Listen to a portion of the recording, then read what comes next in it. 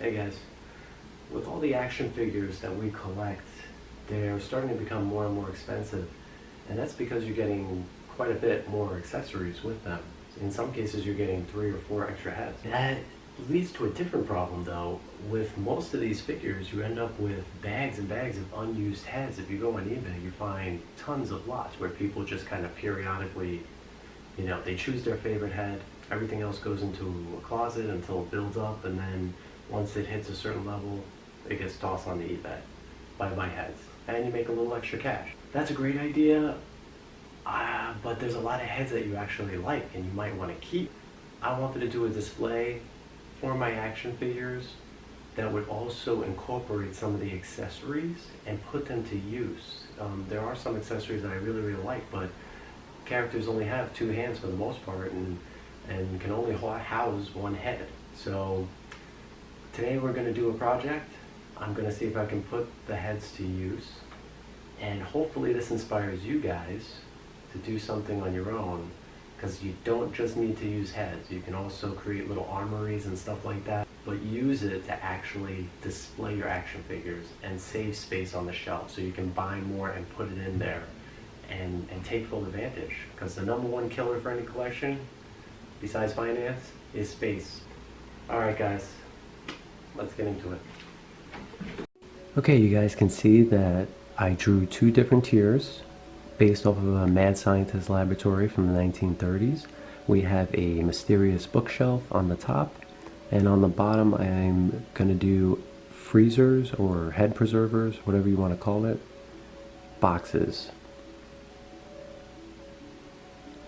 So I took a certain part of the books that I liked and I just applied that to tracing paper and traced the same pattern over and over again directly onto the foam, which you guys will see here.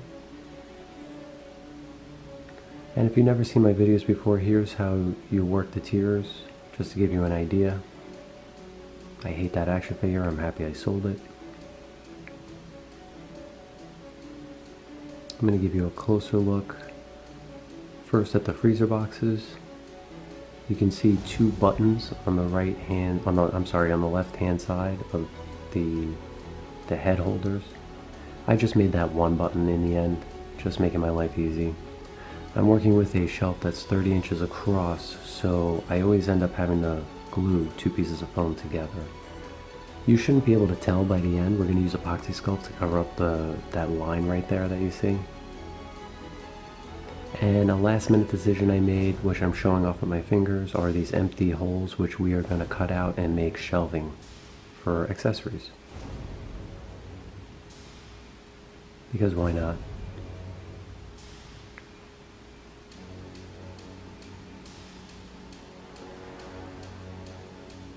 Gotta glue that down. And so we're going to start with the bookshelf.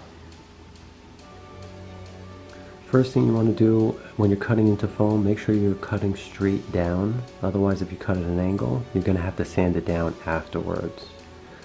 Even more so than you normally would. So just to cut down on work, make sure you cut straight.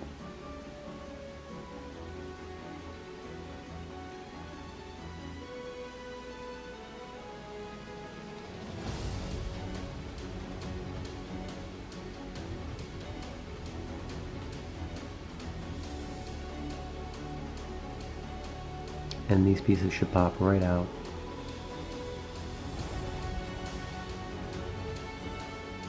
And as a customizer, you always have a bag of kind of go-to tools that you should have.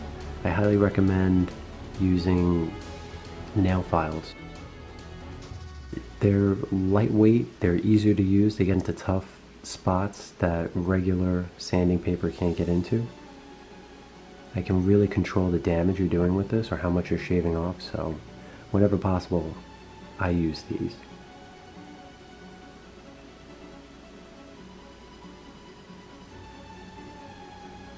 Perfect, firm for the action figures to stand on. And so here we're laying down a base coat of black, really globbing it on there, just using plain acrylic paint. Any colors we apply over the black are always going to be more muted than they normally would. So For a project like this, I want more muted colors on my books, so hence base coat in black. And you can see how dark these colors are going to dry. We are going to use some bright colors and fun colors for the books also. But even when these colors dry, they're still going to be darker than they normally would if you would have done a base coat in white or just over the pink.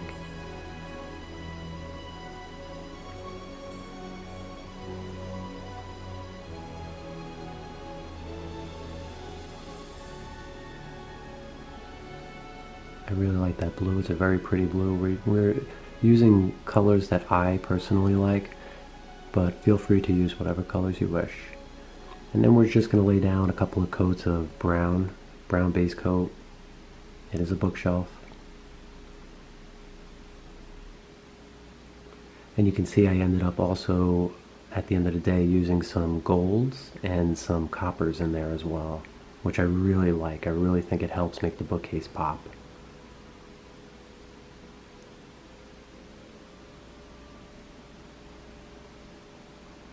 Now this piece here is not able to support an action figure. It's going to tear or fall apart. So I found these popsicle sticks at the dollar store. I think they are $1 for 50 in a pack. So again, just buy them, keep them in your box until you need them. Chances are something's going to come up where you need some help, and these are perfect. So we're just going to use them to create a little support shelf underneath.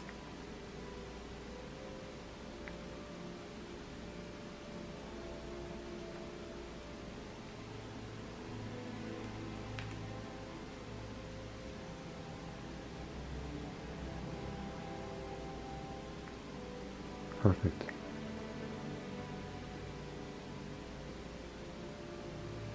And just one more look.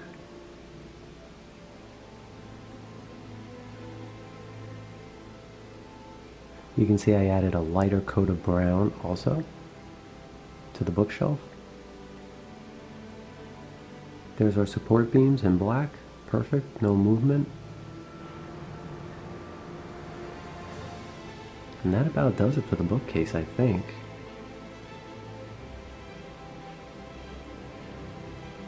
So moving on to the freezer is the more difficult one of the two. You can see I basically gutted this thing, and there are a lot of imperfections in it now. I did that by accident, but don't panic. We can sand those down, flatten them out. And anything else, we're going to use epoxy sculpt to fill in the gaps. You can see how thin it is. I smoothed down the back. I sanded it down as much as possible. It's held together with Elmer's glue. But really, really nice. A lot of these portions we're going to cut out anyway, so it doesn't matter. I found these jewelry cases at Michael's. I think 3 in a pack were $6.99. Came in very handy.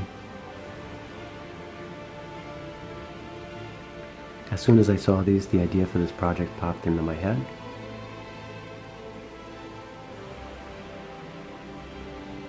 And if you guys don't own a solder, I highly recommend going out and getting one.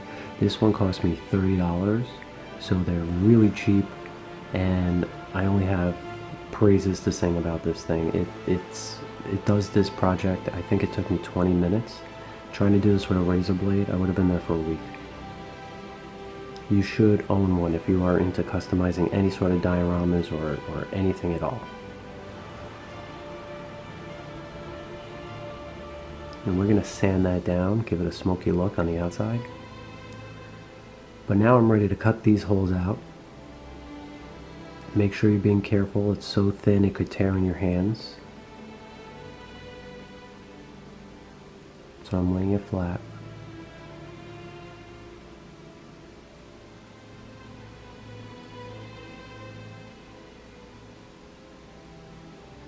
Trying to do the best job I can, but I'm also not trying to be a perfectionist here. You're not going to be a perfectionist when it comes to foam. Here's the epoxy sculpt I use. I'll put a link in the description below. I get it from eBay. But it's part A and part B. You mix it together, and I believe it starts really hardening up after like an hour and 10 minutes, something like that. So you have a lot of time to work with here. Mix it together really well. And here I'm just applying it to one hole, for example, that I ended up tearing into the foam. But after you apply some water, you can see it starts spreading out. And this is a really helpful technique. You won't have to come back and sand over this.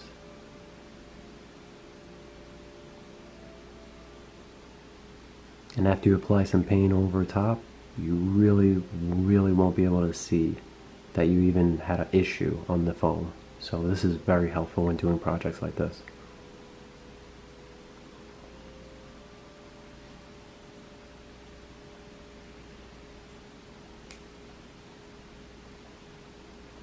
Here's a section of the foam that I accidentally ripped, and you can see I'm just repairing it. So no need to throw the project out, no need to start over from scratch. And we are going into the painting section now. I'm using a light gray paint.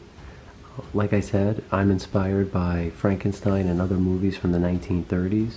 So I really do think that this gray is really matching that nice.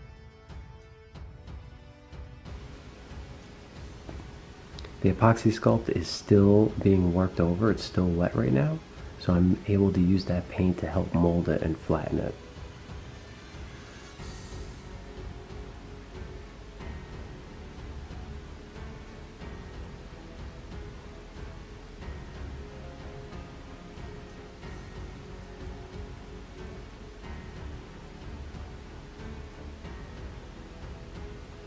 Also, this project really reminded me of my love for the original Star Trek and kind of all those machines with the buttons, all the different colored buttons that lit up sequentially. They never really did anything. So this kind of reminds me of that as well.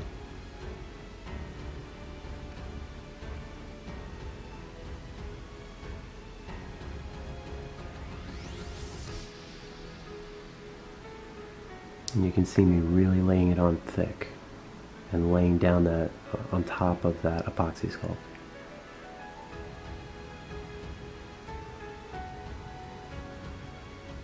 The foam is see-through when you put it up to the light when it's this thin, so just keep that in mind. Lay it on thick. There's also a coat of black on the back that I did, one coat, just to help cover up anything I miss here with the gray.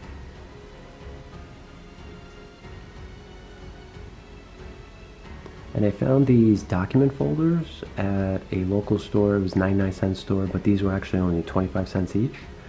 But when you hold up a single sheet to the light, it's transparent.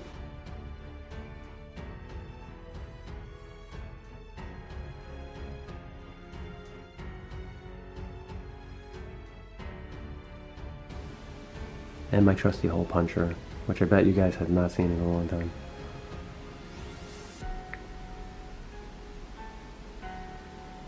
I didn't end up using these blue buttons, but that's okay. I still have the sheet. I kept it anyway. You never know for a future project.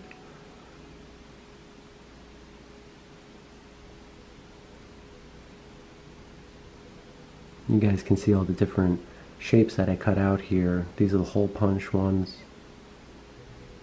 And here are some buttons that I cut out.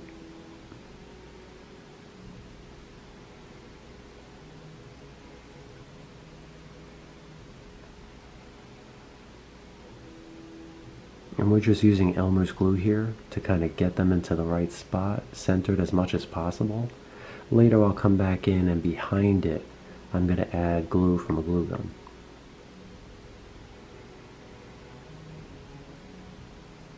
There we go. You can see it's not a perfect fit, but that's okay. Just do your best job.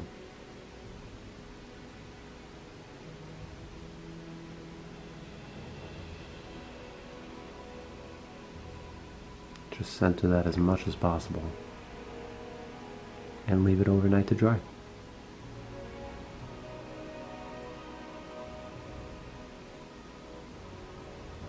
Less problematic buttons.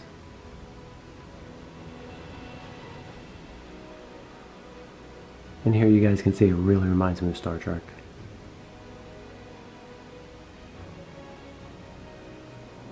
So I ended up cutting out an acrylic bar. It was about 1 inch thick, and that's what the actual figures will be standing on. So I'm being very, very generous with the glue here from the glue gun. And that's going to hold it in place. I'm making sure to use as much as I possibly can, basically because you don't want this thing falling apart in a year or two. That would definitely suck, so make sure you hold it tight. Hold it for about a minute. You can see the camera did not freeze. I'm just going to hold it here for a good minute.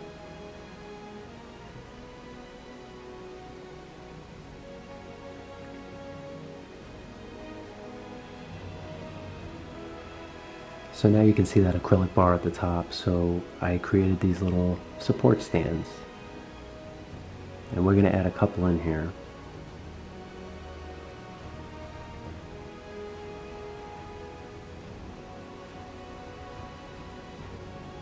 And you can see they're not connected to the foam underneath. I had to leave a little space open because we're going to use LEDs here, and the light switch has to fit underneath those acrylic tier supports. So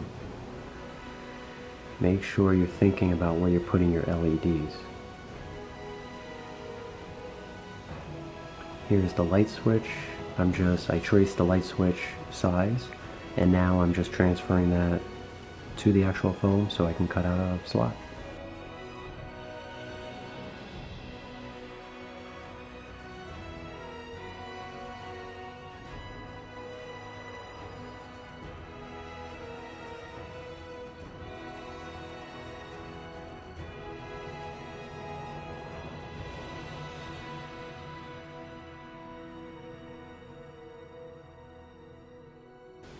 Now, when I cut this slot out, I actually forgot about the circuit board for the switch, so it's too close to the opening here for the freezer box, so to speak. So you're going to see that I had to make a little correction and actually make the hole wider. There's the circuit board. So just be mindful of how much space I made a mistake and had to correct it, but here are the LEDs I used. I think you can get them at Five and Below for $5, or they should be available at every 99-cent store, like on the side of the cash register usually. And we're going to take this thing apart, and the idea is that you want to increase the length of the wire so that the LED lights can move further away from the light switch. So I'm cutting off any unnecessary plastic here, which is basically the middle. Again, that solder came in really handy. Good luck trying to do that with a knife.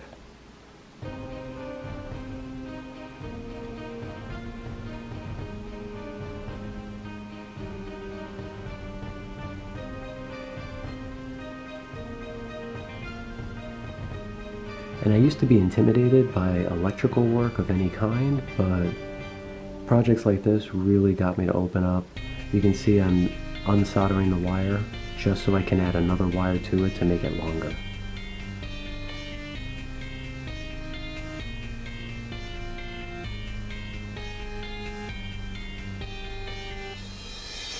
But it's really not difficult at all.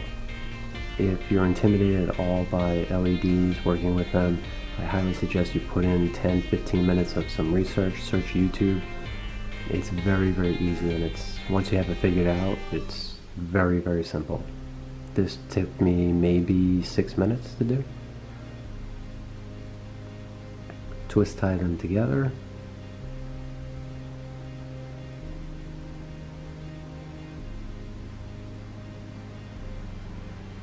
Cover that up with electrical tape, and then solder it right back.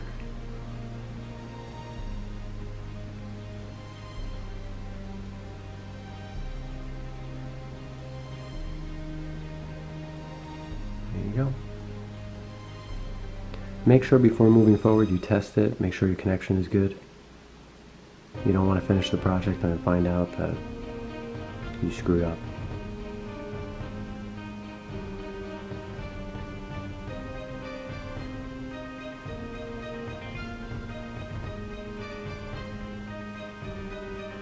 And we're going to just glue that into place.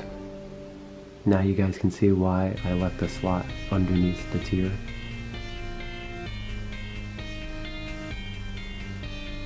And now we're going to glue in the TVs. You guys can see I sanded it down to give it a smoky look. And we're going to apply some glue here and be really generous with it because the actual box is too small.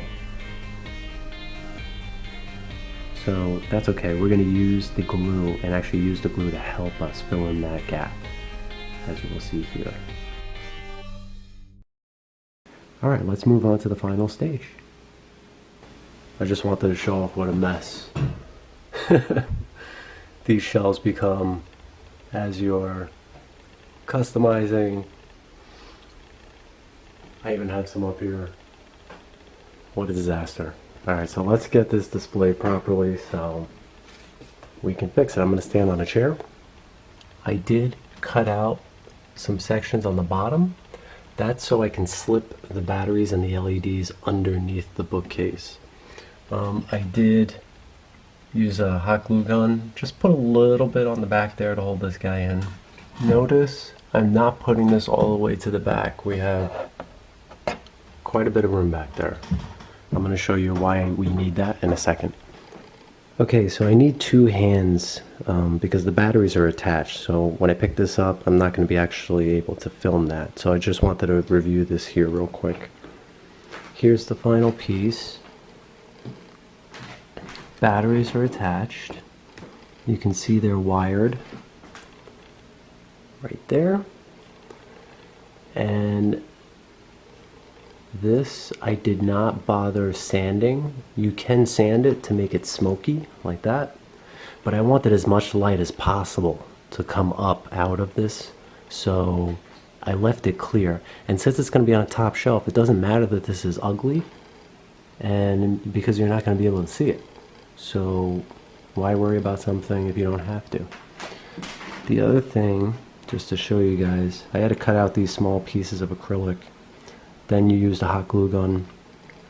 You need it for stabilizing. Basically all we have is an acrylic tier from here through, and the foam is just kind of glued to it. So really, I mean, that acrylic is doing all the work. This stuff here is just for show.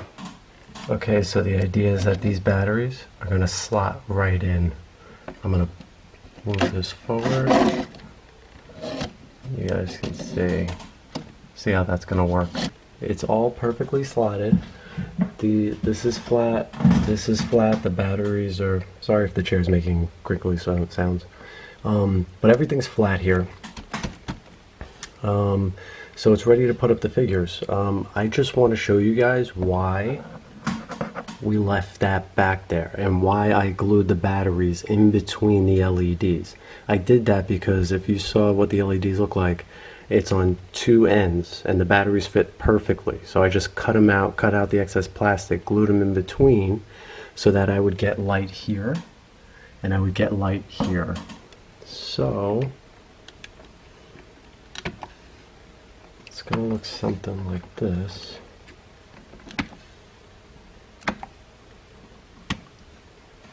There you go, and you guys can see that we have lighting coming out from the back.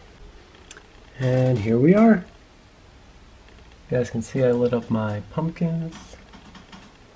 Looking very, very cool, clean. Got the shelf relief right there. Judith Myers with the crow. Couldn't find anything that's sticking on him. But the sideshow monsters, the best design monsters in my opinion. Alright, let's see what this actually looks like.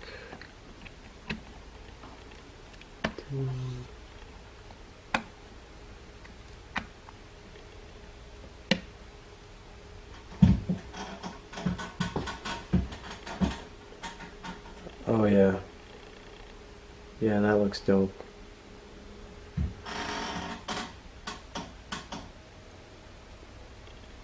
Really like the lighting here. Lighting looks really good around Predator right there. Doc. Some of these guys have better faces and are in slightly better positions than others to take full advantage of lighting. Like King Kong back there just happens to be really, really dark, so he's in the corner, he's in a bad spot, plus he's really, really tall, so light can't really get to him. But, I mean, Hopper right next to him, pretty good.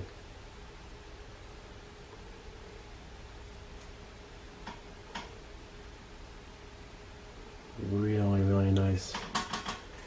Really happy with the way that displays.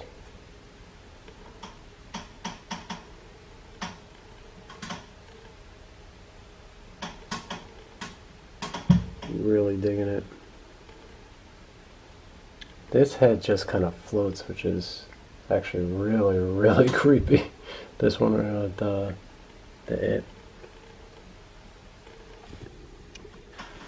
Alright, so your imagination is the only limitation that you guys have. When you're working with these LEDs, you can make anything you want.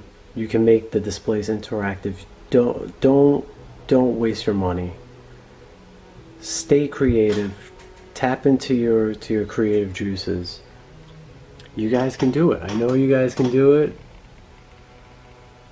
Save your money, put it towards something you actually want, and just buy some supplies. Home Depot and the 99-cent store, those are my two biggest go-tos for doing these guys. I got two more to do here, I think. Two more displays. Guys, I hope you enjoyed this video. I hope you got something out of it. I hope you learned something. I hope I inspired you in some sort of way. Do the YouTube thing with the button thing over there, and stay tuned because there's a lot more coming. I got to start moving on to action figures, but first I've been doing displays because I need space for the action figures. So that's why you guys are seeing a lot of display stuff right now, and then we're going to move into the action figures. So again, hope you enjoyed it. I'll catch you on the flip side. Stay creative.